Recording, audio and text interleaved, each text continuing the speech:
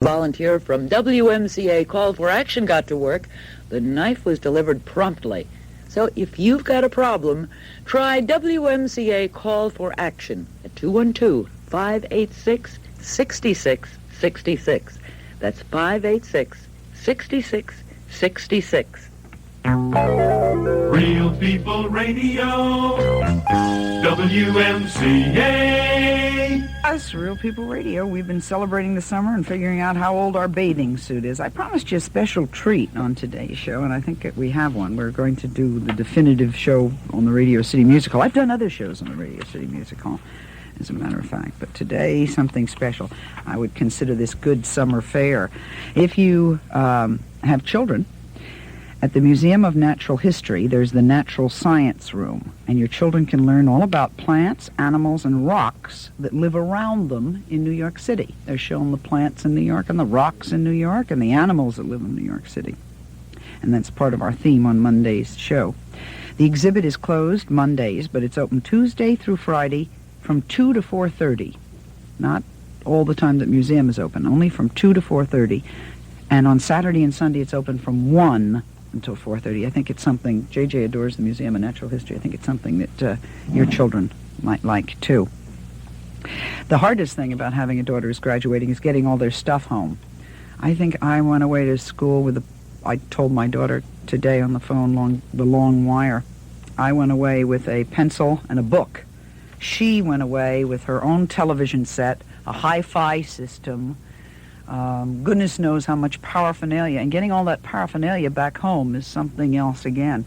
Went out to rent a car. Do you know how expensive a station wagon is? Do you know how expensive it is, what they're charging now? The going rate is $55 a day and so many cents a mile over 100 miles. That's $55 a day is what it costs to rent a station wagon in the city of New York.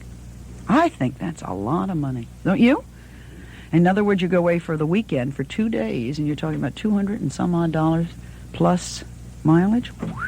And this is one of the budget rent-a-car people. A word about a delightful restaurant in Bay Ridge that many film stars and radio and television personalities and political figures and other celebrities know about. It's called Brioni's, the home of fine northern Italian cuisine, served in a comfortable, homey atmosphere. Once you've tasted something from Brioni's exciting menu, with features like chicken scarparella with sausage, or shrimp alla triestina in champagne sauce, or spaghetti carbonara, or once you've tasted any of Brioni's homemade specialties like manicotti, lasagna, or cheesecake, you'll know what so many celebrities know, that Brioni's is really something special and really worth knowing about. Brioni's, 4th Avenue between 87th and 88th Street, Bay Ridge, Brooklyn, a minute from the Verrazano Bridge. Reservations needed for 6 or more. Call 745-9672. There you go. Now you know about Brioni's. Someone sent me a copy of knowing that I'm very New York-oriented, of a gorgeous book that if you collect books on New York, you have to have. A very affectionate history with beautiful pictures of the world's greatest theater. Charles Francisco. What is the world's greatest theater, Charles? Radio City Music Hall. Are you sure? Absolutely, and I'm doubly impressed on this day because this is the final proof of the pudding that it is going to be saved. Really? Yeah. Tell me the story. Well, actually, when I started writing the book, it was during the dank, depressing days of the winter of 1978, when the president of Rockefeller Center Incorporated announced that the theater would close forever on April 12th, 1978. And all hell broke loose. Oh, yes, indeed. I think much more so than the Rockefeller Center people expected, because they knew it was a popular place, but they thought it would die gracefully while it was still proud, as they said. But in the meantime, a number of people said, no, that cannot happen. And among them were the people who work at the music hall, the Rockettes, the ballet people, the singers, the musicians, the backstage people. They formed an outfit called the Show People's Committee to Save the Music Hall. I heard about them, right? And they formed the committee the very morning they got the sad news that they were going to close. And they felt helpless, but they thought, we've got to do something. So they started organizing, and they got help from all kinds of people to print petitions and to get signatures. And one of them came to me, a friend of mine for a long time, Dee Dee Knapp, who was one of the Rockettes. And she said, Chuck, you're a writer. Would you like to help us? You can write letters to the editors and things like that. And out of that beginning came the idea of for this the book. Yeah. It's gorgeous. It's a beautiful book. Where do we stand in the history of the Radio City Music Hall now? Well, we're sort of... Is she still threatened? Apparently not, according to, at least not for the time being. That's the reason today is so very important in the history of the music hall, because today we're sort of going back exactly 46 and a half years ago. We're going right back to the beginning, in a sense. On December 27th, 1932, when the great Samuel Lionel Roxy Raphael opened the music hall, he opened it as a variety house. It was not a movie theater. He had no intention at that time of running the policy they've had for the past 46 years. How long has it been a movie house? 46 years. Yeah, actually... It opened as a variety house. Right. They made it into a movie house. It's been a movie house for 46 years. Yeah, well, it's been the combination thing. The opening show in December of 1932 turned out to be something of a fiasco. It was really almost an embarrassment of riches. And as a result, the reviews were not that good. Roxy himself was stricken that evening, was carried out of the theater on a stretcher, where he had to stay in the hospital. In his absence, they were losing all kinds of money. The box office wasn't what they expected. And the RKO and Rockefeller Center people decided, we've got to do something drastic. Now, what they did was go right back to the format that Roxy invented in other theaters that he had operated in New York City, and that is a movie and a shortened stage show. And it's been that way up until... What was the date of the first movie that played at Radio City? Well, I don't know. I can't remember. It's in the... 11th, She remembers. There's 1932. January 11th. 33. Oh, my goodness. January 11th, 1933. Yeah, One it was year 2 after weeks it was after opened. the original... no, it was 2 weeks, actually. 2 weeks. Oh, yeah. 2 weeks after the original show. Yeah, the stage show, they closed after 2 weeks, and they went to a completely new format, which called for a movie and a shortened stage show, about 45 minutes, 50 minutes or so. All right, now I have to find out a whole lot of stuff. First of all, I think I better identify that voice. This is Muriel Duffy Hake. That's right. And Muriel was a Rockette. When? Well, I was there at the opening of the theater You were there when it opened. when it opened, December 32. And how long were you a Rockette? Well, until 1971. So that's... Well, it had a little variation. I was dancing in the line Right. for a good many years. Then when I became assistant captain, there was a period of time when I was out of line as what they refer to now as a swing girl. A swing girl. Girl, which is charming. Does not mean you come down on a swing. I do not swing, that's for sure. And but it meant to replace girls in case of injury or illness. I gotcha. And I did that actually from 1967 through, and I retired in 71. So you wore all that spangles right up until 1971, Yep. and you were there when the thing opened. You could say that. How's that for a long Sally, longevity? I think there's even a topper on that. Really? Because Duffy is, as I say in the book, she is the complete Rockette, because she not only opened the music hall in 1932 and stayed there until 1931, she was a Rockette, which was the predecessors of the Rockettes, Yeah, from 1928. What? In Chicago. What? Yes. You were a Rocket before there were the Rockettes from 1928? Well, let me just tell you this. The original troupe was called the 16 American Rockets, or the Missouri Rockets. They were founded and formed in St. Louis at the Missouri Theater. They were called the Missouri Rockets at that point, and that was in 1925. You know, I just got out, I did something very rude. I just got out a pencil and figured out that this lady danced wearing spangles for 53 years. That's not too shabby. 53 years she got into that costume and danced wearing spangles. I didn't mean she was 53 years old. I mean that was the length of her career. So you retired when you were about 60 years old, right? I was 60 when I retired, yes. But I was not, I joined in Chicago in 28, but the original idea was... What is it like back in those days? My goodness. Well, What? very interesting. I can imagine. I have to say hello to Paul Hakion. Paul Hakon, yes. Hi, Paul. Hi. Talking about dancing, that's what Paul does, right? Yes, and I was not employed all the time at Radio City Music Hall. I was guest artist from time to time and performed in many of the ballets there. Starting when? Oh, I started not at the opening, but somewhere in the 30s. Somewhere in the 30s, Somewhere Paul in got the himself 30s. a job as a character dancer. Ballet and character character, yes. dancer Ballet in the and character 30s. And when dancer. did you stop dancing at Radio City? When did I stop dancing? Well, I was only a guest artist there from time to time. I had done other things. I had been in many Broadway shows and things like that. We think about dancing. Phil Esposito was talking yesterday about how short-lived a sports figure is.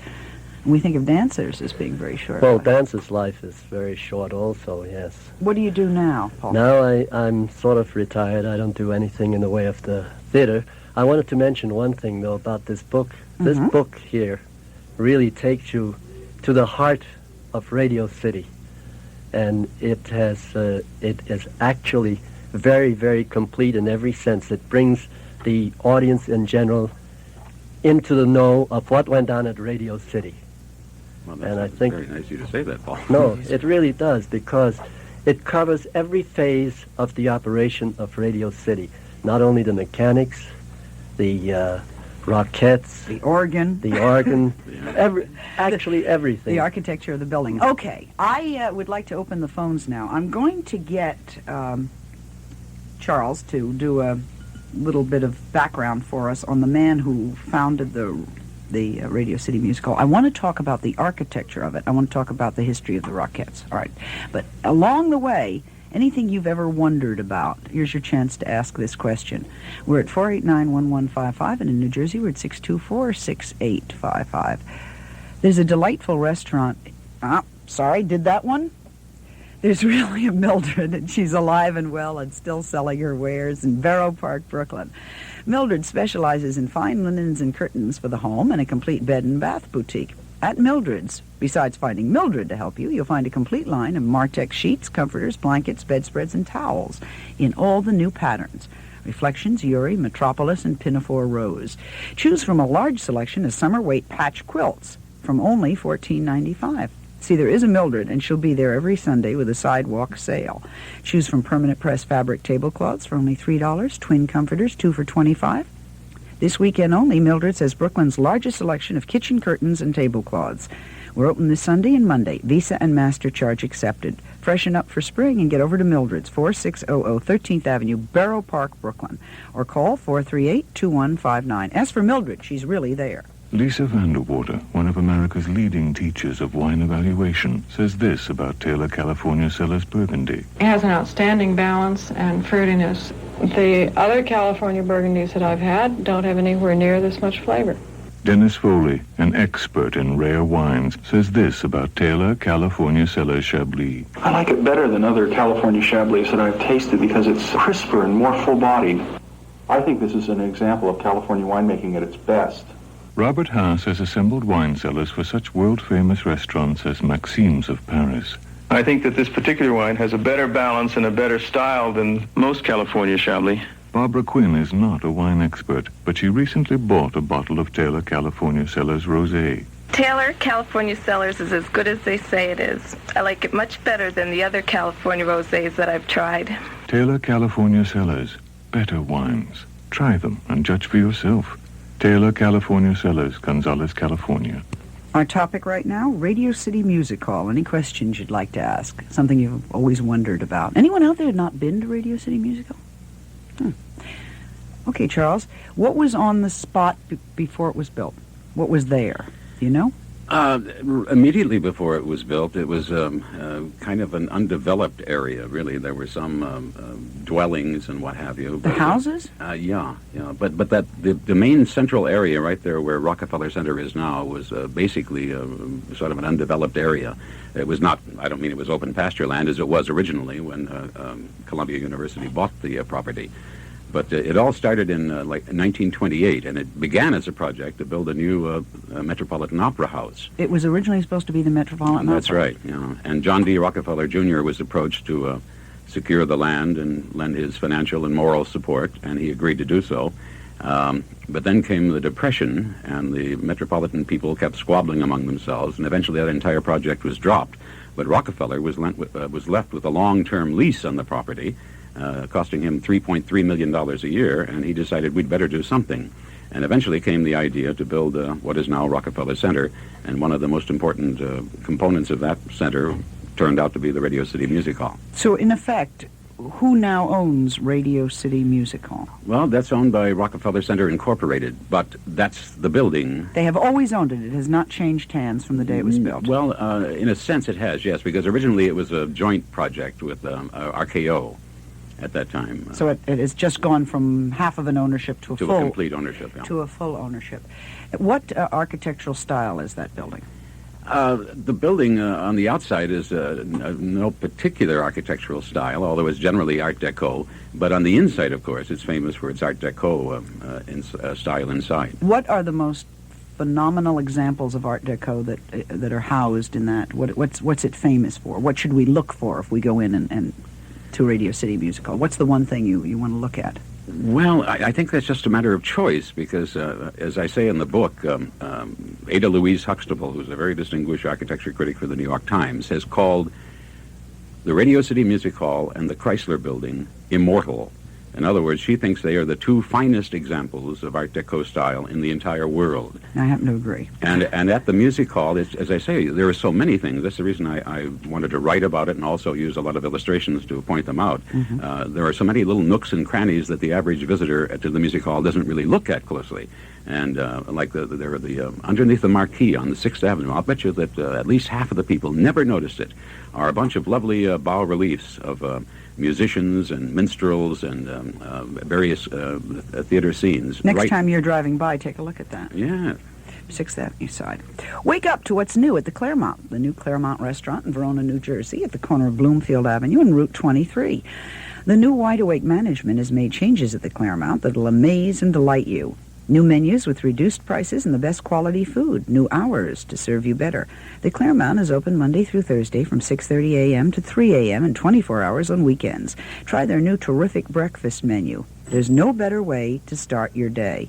Midday business lunches are a tantalizing way to get through the day. The Claremont also offers a new calendar of classic dinner specials. So what else is new? Go to the Claremont Restaurant and find out. The Claremont Restaurant, 100 Bloomfield Avenue, Verona. Say you heard about it on Sally's show and you get a complimentary cocktail with your meal. Attention, New York, we have news for you. 6 p.m. is now post time.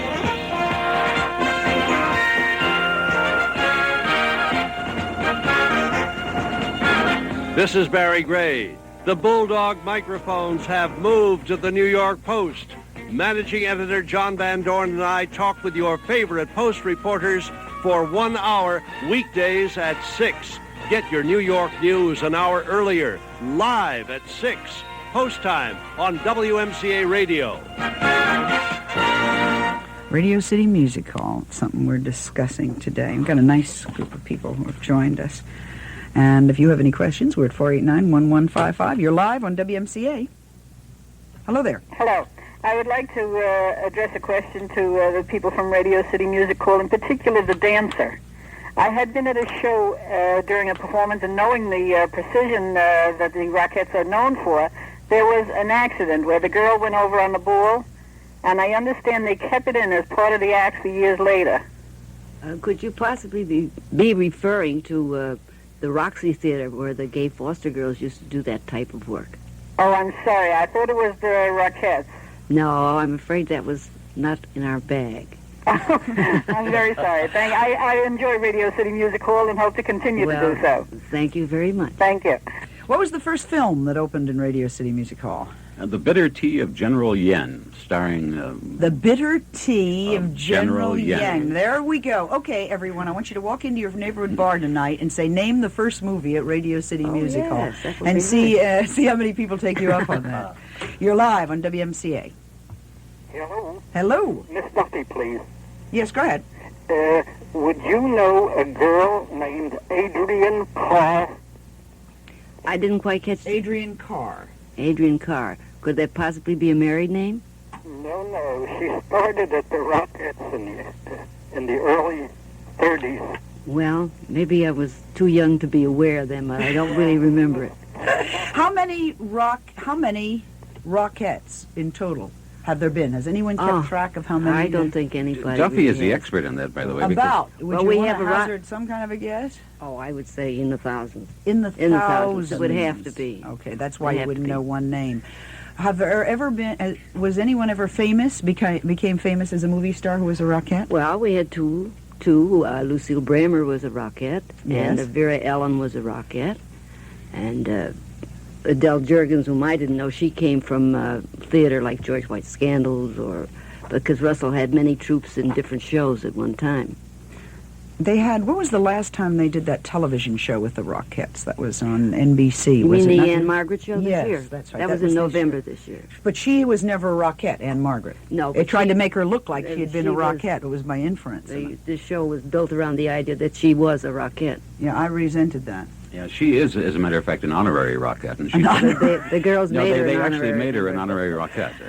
Lillet is one of the most distinguished aperitif wines of France, known to and appreciated by gourmets the world over as a before-dinner appetizer of remarkable individuality. Lillet is made from a special selection of white Bordeaux wines, each matured to its own particular peak of refinement. These beautiful Bordeaux are carefully blended and combined with a precisely proportioned infusion of herbs, spices, and rare botanicals. Then Lillet is ready to experience. Its color is reminiscent of a late afternoon summer sunshine. And the taste? Well, Lillet has been intricately created so that no two people will describe the taste in quite the same way. Lillet is ultra-dry, crisp with a slight tanginess that adds to its sophistication. Its haunting aroma and flavor of citrus fruit imparts a fresh young quality to every sip. Lillet, bottled by Lillet Frères, Podensac, France, and ported to the United States by Dreyfus Ashby and Company, New York, New York. Coming up, all the intimate details about the Rockettes and the behind-the-scenes story of the world's most beautiful theater, Radio City Music Hall, and a discussion of what's going to happen over there tonight. It's tonight, right? Are you shopping for a wedding gift? It's that time of year. Maybe you're the bride. Maybe you need some china, crystal, and accessories. Well, you can shop anywhere. I think when it comes to buying, you're going to buy at Goldman's Gift Shop. When you see the spectacular savings that await you, you'll be really blown away. Goldman's has Crystal Dark by Duran, genuine 24-karat lead crystal in all patterns of stemware, plus a huge selection of tempered glass. And at Goldman's, you'll find the line of Bulova table watches and wall clocks at unbeatable prices. They have 300 china patterns in stock. No special orders necessary at Goldman's. Make your life a little easier and a little more beautiful. Visit Goldman's Gift Shop, 321 Grand Street, corner of Orchard. They've been there for 70 years. They're open Sunday through Thursday till 5:30, Fridays till 2, closed on Saturdays. Goldman's, the old gift shop of New York. 226-1423. 226-1423. WMCA is Strauss Communications in New York. I'm Sally Jessy Raphael. It's partly cloudy. Temperature is kind of, I like it crisp, 64 degrees. And we return with the entire story, anything you might want to know about Radio City Music Hall. President Carter may not threaten government sanctions against companies that ignore his wage price guidelines. So ruled federal Judge Barrington Parker in Washington, removing a major enforcement tool from the administration's fight against inflation. For United Rubber Workers President Peter Bomarito, it was a welcome ruling. He contends his union strike against Uniroyal was triggered by the company's fears of losing millions in government contracts. That was their company's argument, was the fact that the government had come down on their heads and would not buy any tires from any company that went ahead and exceeded the guidelines. President Carter has a net worth of about $1 million, according to his financial disclosures, even though the Carter Peanut Warehouse suffered heavy losses last year. A new estimate for Skylab's fall from orbit. The North American Air Defense Command gives the space station an extra week in orbit. It's most likely to fall, according to the NORAD estimate, July 9th. Gold prices continue to soar, setting new records almost hourly in trading in Europe. This is news from Mutual Radio. I'm Kurt Henshin. Tracked-in dirt can really be hard on your carpets. But cleaning them doesn't have to be hard on you. Hi, Pat Summerall to suggest you rent a Rinse and Vac, the #1 carpet cleaning system from True Value hardware stores. Your True Value dealer will be glad to show you just how easy the Rinse and Vac is to use, and he'll make sure you have everything you need to clean your carpets. That's the kind of extra service that's not always available at many other stores. So this spring, rent a Rinse and Vac carpet cleaning system from your participating True Value hardware store. Your pictures are important, so when you get them developed, take them to a store with a sign that says, "We use Kodak paper," for a good look. Just ask for Kodak paper for for a good look. Kodak paper for a good look. You'll know your pictures can look their best because Kodak paper will be behind them. Ask for Kodak paper wherever you see the Kodak paper sign. Just ask for Kodak paper for a good look. Kodak paper for a good look. More indications the economy is slowing down. The government says new orders for manufactured goods fell 6.1% in April after 3 months of healthy increases. Shipments of manufactured products showed their largest drop in 10 years. The index of leading economic indicators dropped 3.3% in May, the sharpest one-month decline in history. Independent truckers double-parked 30 tractor-trailer rigs in front of the White House early today, protesting soaring diesel fuel prices. They then drove off before the start of morning rush hour, vowing to return when traffic was busier. The president, angered with his aides, saying recent increases in gasoline prices are not justified by increases in crude oil prices, will be meeting today with industry officials to try to find out more. In at least one New York State community, the police just about found themselves immobile. Luke Ishkunis has a report. The police department here came close to running out of gas, but officials now say they can get by until the June allotment starts. Rochester's police cruisers burn up about 1,600 gallons daily. There was some talk about pulling patrol cars off the streets because of a dwindling supply, but the New York State Department of Energy came through with an extra 7,000 gallons. Lou Kishkunis, Rochester, New York. 17 of 18 aboard a Down East Airlines commuter plane were killed when the twin-engine aircraft crashed in muddy woods near the Maine coast. You're listening to Mutual News. It's a new dial morning, and you're up and feeling new. It's a clean dial morning, and that clean belongs to you. There's a new day dawning, and your best is showing through. Starting out clean, starting out dial, starting out new. There's no cleaner way to start a new day than Dial soap, with deodorant protection that gets you so clean you feel your best. Starting out clean, starting out dial, starting out new. At the store, they told me there's a powerful anti-itch drug I can buy without a doctor's prescription. Now, I use Bicozine cream as directed. No more burning, embarrassing itching. No more scratching. Bicozine actually speeds healing. Bicozine cream. What a relief. Now, soften and remove hard, calloused skin with the same ingredient doctors use most. Apply Dermasoft cream to feet, hands, elbows as directed. Dermasoft cream. Head man at the National Oceanic and Atmospheric Administration said it's almost a mathematical certainty that a hurricane will hit a heavily populated coastal region this season. Richard Frank said hundreds will be killed and billions of dollars worth of property destroyed. Frank said people become apathetic between major hurricanes. The last one was 7 years ago. Since then, coastal population has grown rapidly. And he said 60,000 people now living on the Florida Keys could never get off in the 12-hour warning period for a hurricane. This is Kurt Henshin, Mutual News. 57 WMCA. Real People Radio. I'm Sally Jessy Raphael. Our topic right now with Charles Francis. I have a friend who's in town, James John Franciscus. Francisco is Radio City Music Hall. Anything and everything that you would like to know about it. Charles has written a very good book with beautiful pictures telling you all about it and should be part of your collection. Paul Hakian is our guest, and he is a ballet and character dancer, was for a long time at Radio City Music Hall, the Nijinsky of the Radio City Music Hall. And Muriel Duffy Hake was one of the, before the Rockets, and was a dancer who danced as a Rockette and helped run the Rockettes until 1971. A large part of the book is devoted to her. Today's the last day of May. It's the anniversary of the Johnstown flood. That's right. More than 2,000 people lost their lives in that flood in 1889. Today is Pope Pius XI's birthday. Today is the birthday of Walt Whitman. And tomorrow I will not be with you because Barry Farber is going to be doing the show. We have a graduation in our family. We're taking the day off. Marilyn Monroe was born tomorrow. Tomorrow is the beginning of National Humor Week and National Rose Month. And it is also the day that Brigham Young was born. At the Museum of Modern Art now through July 29th, 19th century photographs, including examples of a variety of photographic processes. If you're interested in studying photography, get over there.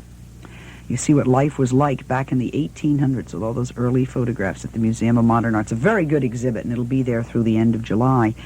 You can have yourself tested for Tay-Sachs disease this Sunday, June the 3rd, from 10 a.m. to 4 p.m. at the YMYWHA of Metropolitan, New Jersey, 760 Northfield Avenue in West Orange, New Jersey. Plans for the weekend?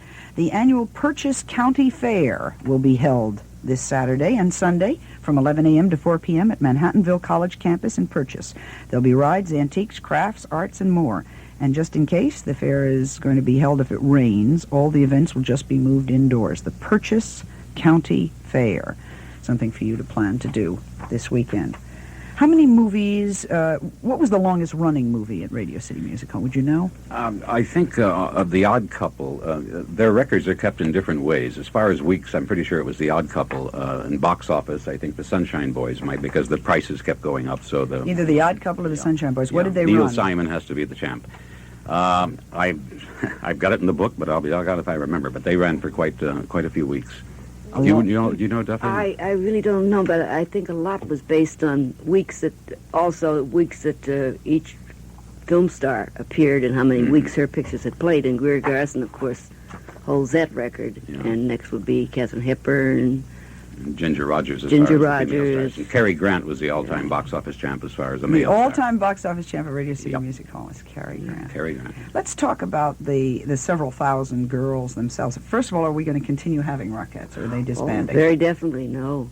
They're going to keep them. They're back to their original 36, which they were for many years at the Music Hall. How many were there at the time they were the most? Well, when we opened the Music Hall, there were 48.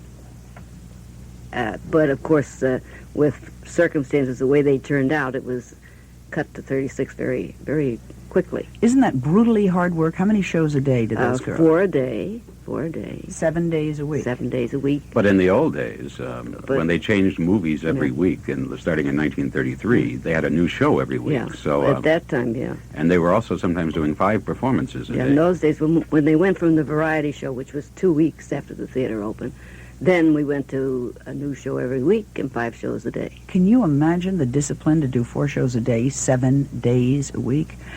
What do you have to do to become a Rockette? How old do you have to be? Well, of course, 16. All right. 16 in New York. And what's the oldest Rockette that danced? Oh, I think me. Was it you? How old? You were 57 by my calculation. That's right. When you were in the line of the Rockettes. 57-year-old Rockette. Wearing that costume, dear hearts. Well, dear friends. Times when it wasn't easy. Did they have 16-year-old girls? Oh, yes. Well, they came in during the summer, girls from college, girls from high school, to work for summer replacements for the regular girls' vacations. Anyone else besides you have what's the second longest Rockette? Someone who stayed for a very, very long time. Well, we have, I can't think now. But I would say a couple of the girls that are there now that are what they refer to again as the swing girls. Have been there how long? They have been there in the category of 20 years, a couple of them. Where do the girls live? Do they all live together? Well, a lot of them have apartments together, but just as many are from the area, Jersey, Long Island, and live at home. In the old days, a lot of them lived at the studio club or the rehearsal club. Oh, the rehearsal club, yes, that was it. What does a job like that pay? 4 shows a day, 7 days a week? When the Music Hall opened, we were getting $55 a week, which was a fortune. But then when the policy changed, we were back to $36 a week. $36 a week, 4 shows a day, 7 days a week. That's showbiz. Okay, what do they earn now? There's a union now. Well, now, yes. I really don't know because, as I say, I've been going that many years. Yeah, I can come pretty close. I can come pretty close. With the new setup now, they got another raise, and it's I would say the top girls with the most seniority come close to $350 a week. $350, yeah. But what do the bottom girls make? Around $300. From 300 to 300. It's a scale and based a lot on seniority. Besides the 4 shows, don't they have to be rehearsing the new show? Oh, yes. Between the shows, they're rehearsing for the next show. That's what made the early days so rough, because with only 1 week per movie, they had a new show each week, and that meant that they had to not only be doing 4 or 5 shows a day, but also rehearsing in between the shows. Who does the costumes for the Rockettes, and where do they store it, and what do they do with the old ones? Well, they have, of course, the costumes designer who designs the costume, and then they have a very wonderful costume department that executes the designs. What do they do with the old ones? Break them down and use them again? Oh, yes. They're retrimmed, refurbished in some way, and used many, many times. But they're all stored there. But, in different places in the theater, or where some things are in warehouse. There's also a storehouse up in Harlem where they keep a lot of things, all the old sets as well as many of the costumes. Sets and the costumes. So some of the original costumes might be found up there. Yeah, strangely enough, they just gave away a lot of them. In cleaning out the music hall to get ready for the new approach, they gave away a lot of them. Did you get any? Paul got some. I just got 3 of my old costumes. That he hasn't seen in many years. That I haven't seen for many, many years. Yeah, but they did get rid of an awful lot of costumes because they were just... they also had, just like the Rockettes, they also had the ballet there, which was also, at that time, I believe it was 36, wasn't it, in the ballet?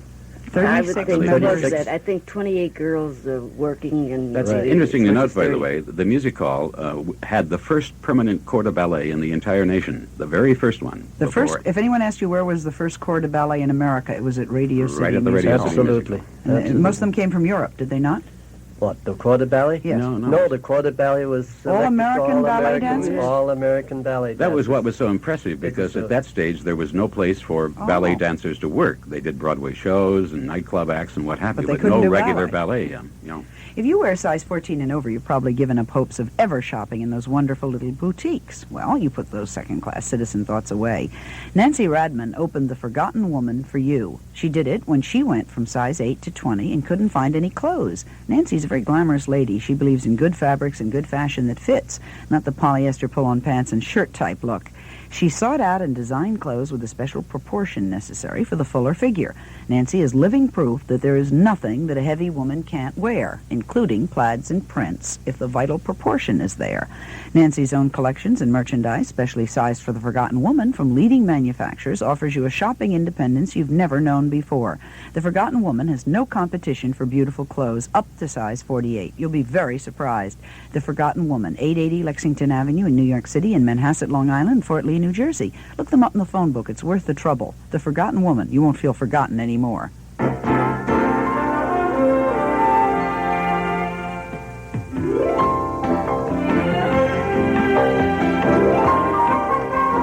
Private employers in this state must comply with the federal job safety and health regulations. For a free on-site safety consultation at your business, WMCA Call for Action recommends contacting the New York State Department of Labor. Lillet Aperitif has been creating a small sensation in New York at some of the best-known restaurants and bars, hubs for the elite and the demi-elite who congregate for a lunch and chat, a lazy dinner, and after-dinner nightcap. You know the restaurants. These are establishments that make news and set trends. The phenomenon began slowly with a subtle suggestion from a maitre d' inviting you to experiment with a really different aperitif. And then word of mouth has added to Lillet's growing prestige, with recommendations from people whose opinions about many things are respected. Following their lead, new Lillet devotees are won every day, and they in turn spread the word about this unique aperitif to the yet uninformed, and so it goes. Lillet's fame spreads from elegant dining spot to corner bistro. Lillet, the superb French aperitif, produced and bottled by Lillet Frères, Podensac, France, and imported to the United States by Dreyfus Ashby and Company, New York, New York. You're live on WMCA. Hello, Sally? Yes, sir. I think that I saw the first show at Radio City Music Hall, but what I remember is the stage show, and it was Ravel's Bolero that I saw, and when the lights went on, there was one couple dancing on the stage to the tune of the music. He was sort of like a Rudolph Valentino, and then after a few bars, 2 more couples you would see because the spotlight hit them. And every phrase of the music, then there were 4, then there were 8, and as the music got louder and louder and louder, at the end, to my memory, there were 100 couples, all dressed exactly the same way, dancing this bolero. You are correct. Somebody tell me if that was the very first show or a little bit later on. It was just a little bit later. It was just a little bit later. It was not the first show. No. No. Do you remember it? Yes, I do. Were there actually 200 people on that stage, or is it just my imagination after all these years? Well, there were special dancers, couples, girls and boys. Yes. There were the 2 soloists, as you say. The number opened with the two solos in the center with just a spotlight on them, and then I know. people But how many were the gradually- total amount on I stage? I would say 150, 125. So he wasn't far off, and he was right. That was one of the first shows yeah, that it was they in the did. very early years, yes. But it was like the ballet and Rockettes combined, plus the extra couples and the soloists. Wow. You're live on WMCA. Hello. Hello there. Yeah, it's a great program. I want to ask Miss Duffy if she remembers two girls. One who became a great movie star, Joan Vole. She began Oh, at yes, 16. yes, I forgot about her. Yeah, she was the first Miss 3D. Uh-huh. In those 3D movies, if you recall. Yeah, I remember her very well. Yeah, because you left around with the movie stars. And also a super ballerina by the name of Brunilda Roque. Oh, yes, oh, yes. What became of her, do you know? That I really don't know. I mean, she was in the early years of the ballet, and I suppose went on to marriage or other things that you eventually lose track of. Were there ever stage door Johnnies for the Rockettes? Any Well, millionaires come around One with of the diamond? first questions I asked Duffy. Not too many. Not No. too many? No. All I That's tell you- very interesting because you would have thought that since 1932 there would have been millionaire men with buckets of roses and tons of diamond bracelets. Isn't that the feeling we had? Well, that's what they told me Were about there any? show business. I Can you remember any? Forget sev- many. No, Any. but I mean, several girls married well, but I can't actually say that they were Because stage they were door Rockettes? Johnnies or because they were Rockettes. How do you Might like have that been- myth going down the pike? Men do not stand around at the stage door and offer to fall in love with a girl and offer to take out a Rockette. I think that might have happened. Yeah, I think that might have happened more with the Follies and Broadway Yes, shows, it was- and also the Rockettes, since they're a precision team, they don't necessarily. They're not Stand supposed out. to stand out individually. What are some of the funny things that have happened at Radio City Music Hall, the memorable moments? Well, there are so many, and I was sorry in the writing of the book that it costs so much to publish a book these days that nobody would have afforded to buy it if I'd gotten all the stories in. But one particular one that I remember is every now and then the audience gets so carried away they want to join the act. And on one night, while the Rockettes were dancing, a gentleman who had had either too many martinis before the show or too many brandies after, or possibly a combination of both, thought he'd like to get up there and see if he could kick as high as the Rockettes. So he clambered up on the stage and he tried to join the line. And now the Rockettes are locked into precision. They cannot deviate at all from their movements, so they had to do their best to ignore him. Fortunately, the stage manager came running out. Yes. And he thought, I've got to do something. And he had his earphone, like we're wearing, flapping in the breeze. And he runs out, and he decides to do some crazy dance steps. He gets the guy, and he hooks his arm through his. They execute almost a perfect do-si-do, and they sort of waltz off the stage together. So that's one of the brighter moments. Here are two Italian restaurants that we would like to mention. One is, if you are looking for a wonderful, romantic, warm bistro, it's called Marta. It's down a flight of stairs. It's cozy. It's in the Village, 75 Washington Place. Take a lovely walk in Washington Park and then go over and have great northern Italian food in Marta's. This is Mama's home cooking. It isn't really. Three brothers own the restaurant, and the chef is one of the brothers, Marcello. Then there's John and Joe, and John and Joe wait on the tables. And that's what you have. Try the capon Veronique, capon sautéed with wine and grapes. And Marta is open for lunch and dinner every day. For reservations, call 673-4025. Looking for a kind of hideaway, a cozy restaurant? Marta in Greenwich Village. The brother-in-law is Piccolo Pino. Ready for that? Have I gotten into this Italian family? Pino runs the best restaurant in Brooklyn. As far as I'm concerned, the best Italian restaurant in Brooklyn. His mother stands in the kitchen and cooks, and Pino greets you, and that's the way that food ought to be. It's worth a trip over there if you're here. 3338 Nostrum Avenue in Brooklyn. Pino is something else again. Once he greets you, you become part of his permanent family. 339-9519. You're live on WMCA. Hello. Yes. I have in front of me a playbill dating Thursday, May 5th, 1938, Radio City Music Hall, with number 1, Music Hall Grand Organ, number 2, Music Hall News, and then the Music Hall Symphony Orchestra, and where you leave out one of the greatest names of them all, Erna Rappe. Yes, everybody is nodding. You can't see on the radio, but they're all nodding yes. Yes. Now, my wife was soloist in that program. That's why I have these programs in front of me. What was her name? Jane Sproul. She did. Oh, yes. She did Spring Folly. We now have a dancing school in Valley Stream. Uh-huh. And when she did the Little Shepherd, I wonder, she was the girl on the moon coming down before she ended for her solo. Mm-hmm. And after the solo was over, and she was brought back up on top, she was stuck up there. Yes. And the movie went on. And she had to And it stay. took about 25 minutes to bring it down. Yes, She had to stay up there for 25 minutes. Yep. Every performance. Yes. Well, no. The movie, the curtain closed. The movie went on. Oh dear. But Leonidov, Florence Rogi, are you? You can't forget these great names. No, not very well. And when Mr. Arte was not conducting, you could hear it backstage through the speakers. The precision and that wonderful thing was gone. He was so great. How big was that orchestra, by the way? Does anyone? There was 100 at the time. 100 people in the orchestra. How large is the organ? What do we know about any statistics on the organ? Oh, there are a lot of them. There are 8 separate rooms to house the pipes of the organ. They range in size from 32 feet tall to about the size of a pencil. That's the organ at Radio City Music Hall. Is it one of the great organs of all time? It is the largest theater organ in the world. The largest theater And there organ. are 2 exactly like, one on each side of the theater. Thank you very much for calling, I would sir. just like to know if you mentioned Arte in your book. Oh, very much so. I have a whole chapter on each of the departments. He's got to buy the book for his wife. Imagine what a gift that would yes, be. Indeed. Follow the sign to Flemington through the rolling hills of New Jersey and discover the oldest cut glass factory outlet in the country. I went there on Monday. That's where I was off the air. And I want to tell you something. It's a wonderful trip.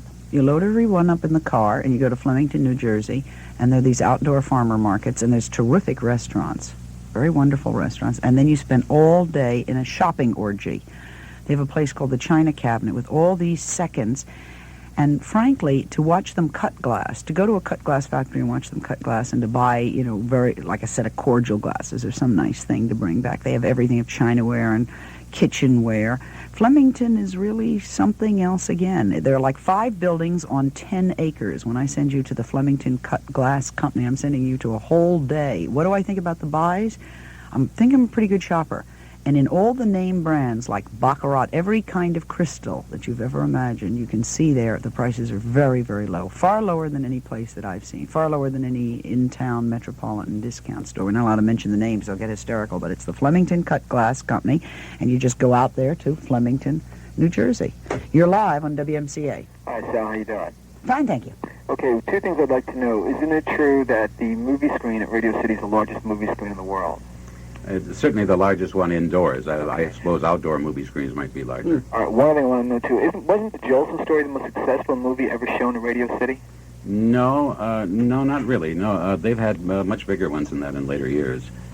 Oh, because I remember reading... It was a big smash at the time. It was one of the early successes because at that time they didn't hold movies over that long. I see, because I remember I was reading in this book, and they had photographs there in front of Radio City showing the crowds. I've never seen crowds like that when the Jolson story opened, and when Jolson himself appeared there for a personal appearance, it was like thousands and thousands of people in the streets. It was like, New Year's Eve over in front of Radio City, which was incredible, and that's why I had assumed it was like the most successful movie ever shown.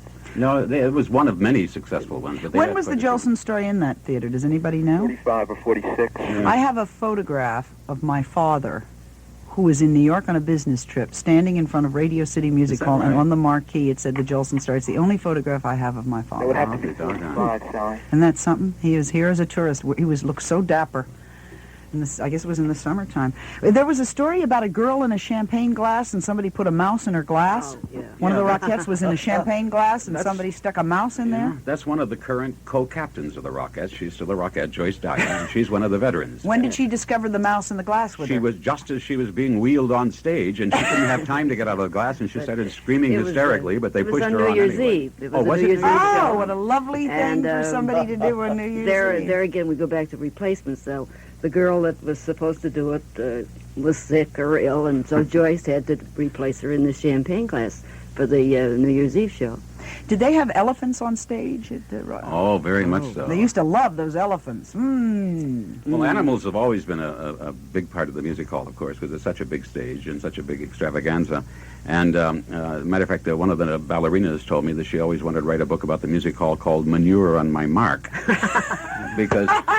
She wasn't kidding either. During the Christmas pageant, they have all the animals, and they're not housebroken. Oh, yes. But the elephant thing, they had an elephant act once, and the trainer came up to the producer immediately before the show went on and said they won't go on unless they have their baths. So they scurried all over town and finally came up with some hoses and brushes to bathe them down quickly so they'd go on. So the elephants would go on.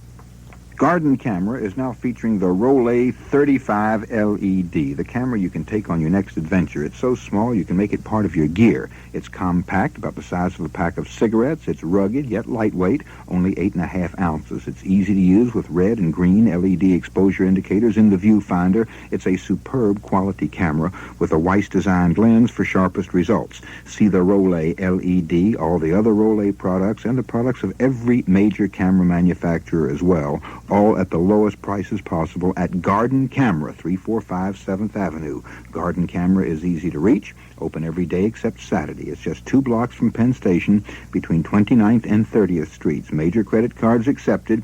Garden Camera for the best price on Rolay or any camera equipment. Now, note the location. This is too valuable to let go right through thin air. This is Garden Camera between 29th and 30th Streets. Garden Camera, 345 7th Avenue. They even had seals and a seal tank on stage. Everyone knows that Astor Wines and Spirits has some of the best wine buys in New York, so when they have a sale, wow, is it a sale. I think their prices are just about the lowest in wine, and I think if you go through there, you'll learn a lot about wine. You see, they've opened a giant new store. There are hundreds of wines on sale. Wines from Bordeaux, Burgundy, Italy, from Germany, from all over the world. Great wines and great bargains. 70 wines under $3 a bottle. At Astor's Cheaper by the Dozen prices, they're absolutely incredible. This is a big sale. Don't miss it. And don't miss New Astor. It's New York's biggest wine and liquor store. It's a half a block long. And it's really a world of wines and spirits. The corner of Lafayette Street and Astor Place, 1 block south of 8th Street, across from Cooper Union, the Public Theater. Open from 9 in the morning till 9 at night, Monday through Saturday. And one other little suggestion while you're thinking of something to do while I'm away over the weekend, I hope you'll go in and see the folk at Le Vergalant. Convenient location. You can walk to the theater or to the Radio City Music Hall in 5 minutes. Le Vergalant has unique charm. It's like a treehouse looking down on a lovely plaza. Superb cuisine prepared under the expert supervision of the owner, who is a chef, Maurice, and Marilyn, his wife. Good onion soup. Wonderful Billy Barnes playing the piano in the lounge. Côte de veau farci, chicken cordon bleu, roast rack of lamb, exquisite desserts. One of the best-kept secret recipes in New York. Glorious wines and soft piano music. Le Vergalant has everything. See for yourself. Go for lunch, dinner, or after theater any day but Sunday. For reservations, call 582-7989. One thing you can't see Duffy, or Muriel Duffy Hake, she has the figure that she had when she became a rockette. She has that kind of a body that she could go on, climb in that costume right now and go on stage. And the same is true of Paul. I don't know what it is. Maybe it's the life of a dancer. But Paul looks like he would leap up on a stage right now and do a little turn there, assist some lady in a beautiful costume. The book is gorgeous. It's just filled with nostalgia, and it's a gorgeous picture book, and a lot is written. It's an affectionate history of the world's greatest theater. Tonight, black tie, all the swells will be at Radio City Music Hall for the opening of the new summer show. So that's what's going to be happening. You see a crowd out there. Charles Francisco wrote Affectionate History of the World's Greatest Theater. I'm Sally Jessy Raphael. See you on Monday, WMCA, Strauss Communications in New York.